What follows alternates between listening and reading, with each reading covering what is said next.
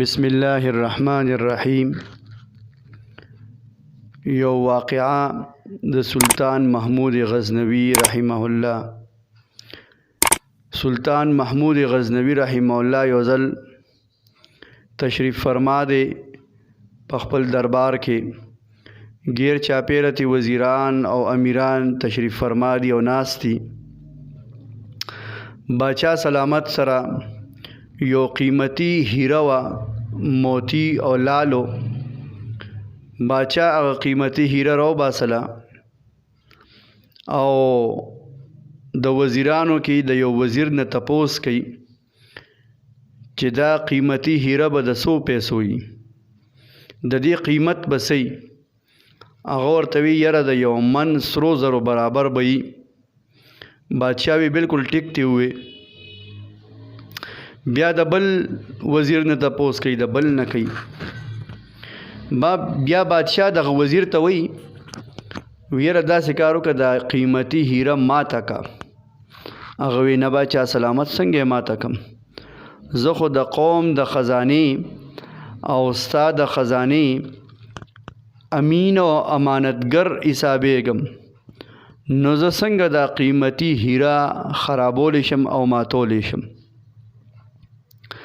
بادشاه د هغه وزیر ډیر تعریف وکړو چې هلکه ته خو ډیر امانتدار یې، زما مال ته او د قوم مال ته نقصان نه رسې. بیا نائب وزیر ته ووې، هغه هم دکه خبره وکړله چې حضرت دا خو ډیره قیمتي ده. محمود غزنوي ورته وی دا ماته که. هغه هم انکار وکړه. بادشاه ویل که تاسو خو ډیر هوښیاران یې او د شاهي خزانې ډیر نگرانان او نگهبانان یې. هغې ډیر خوشحاله شو چې بادشاه زمونږ تعریف وکړو. بیا بادشاه سلطان محمود غزنوي رحمه الله ایاز ته ووی، د هغه په دربار کې و. ورته وی ایازه دا هیره څونه قیمتي ده؟ هغه ورته وی یاره دا خو دومره قیمتي ده چې دې سره زه څیز قیاس کولی نشم. د دې قیمت زما د عقل نه بار دی، دا خو ډیره زیاته قیمتي ده. ورته وی ایازه دا ماته که. بس هغه فوراً څټک یا کاڼي هغه وخت سره چې هر څه وو هغې راواغسته او هغه هیره ماته کړه.